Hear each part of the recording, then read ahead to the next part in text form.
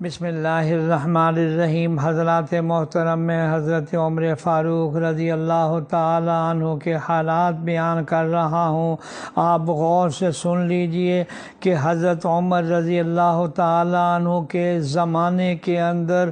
22 لاکھ مربع میل ان کے قبضے میں آیا ہے۔ یہ مصر، عراق، یہ خوزستان، یہ آرمینیا، آذربائیجان، کرمان، خراسان، مکران، جس میں بلوچستان کا بھی کچھ حصہ آتا ہے، یہ تمام کی تمام فتوحات حضرت عمر کی ہیں، اور ان کی تمام مدت خلافت 10 برس سے کچھ زیادہ ہے۔ اس وقت مسلمانوں میں بانی اسلام کی بدولت جو جوش، عزم، استقلال، ہمت، بلند حوصلگی اور دلیری پیدا ہوئی ہے، جس کو حضرت عمر نے اور زیادہ قوی اور تیز کر دیا تھا۔ روم اور فارس کی سلطنتیں عین عروج کے زمانے میں بھی اس سے ٹکر نہیں لے سکتی تھی، البتہ اس کے ساتھ اور چیزیں بھی مل گئی تھی جنہوں نے فتوحات میں نہیں بلکہ قیام حکومت میں بھی مدد دی ہے۔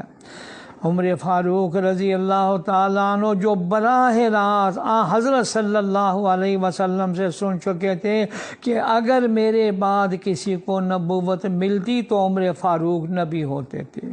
پھر یہ بھی سن چکے تھے کہ حضرت صلی اللہ علیہ وسلم معراج کی شب میں جب اللہ کی بارگاہ میں جنت دیکھی تو ایک بہت بڑا محل دیکھا، تو پوچھا یہ کس کا محل ہے؟ تو پتہ چلا یہ عمر فاروق کا محل ہے۔ یہ حضرت صلی اللہ علیہ وسلم نے بیان فرمایا اور فرمانے لگے، میرا جی چاہتا تھا اے عمر کہ میں اندر جاؤں اور دیکھ کر آؤں، تو مجھے تیری غیرت کا خیال آیا، میں نے کہا اکٹھے انشاءاللہ اس محل کو دیکھیں گے۔ حضرات محترم عمر فاروق عشرہ مبشرہ میں سے ہیں، بدرین میں سے ہیں، خلیفہ ثانی ہیں، اور سن چکے ہیں کہ عمر فی الجنہ، عمر فی الجنہ، عمر فی الجنہ۔ اس کے باوجود اس قدر اللہ کی بارگاہ میں رو رو کر دعائیں مانگتے تھے، یا اللہ ہمارے دلوں کے اندر بھی اپنی محبت ڈال دے،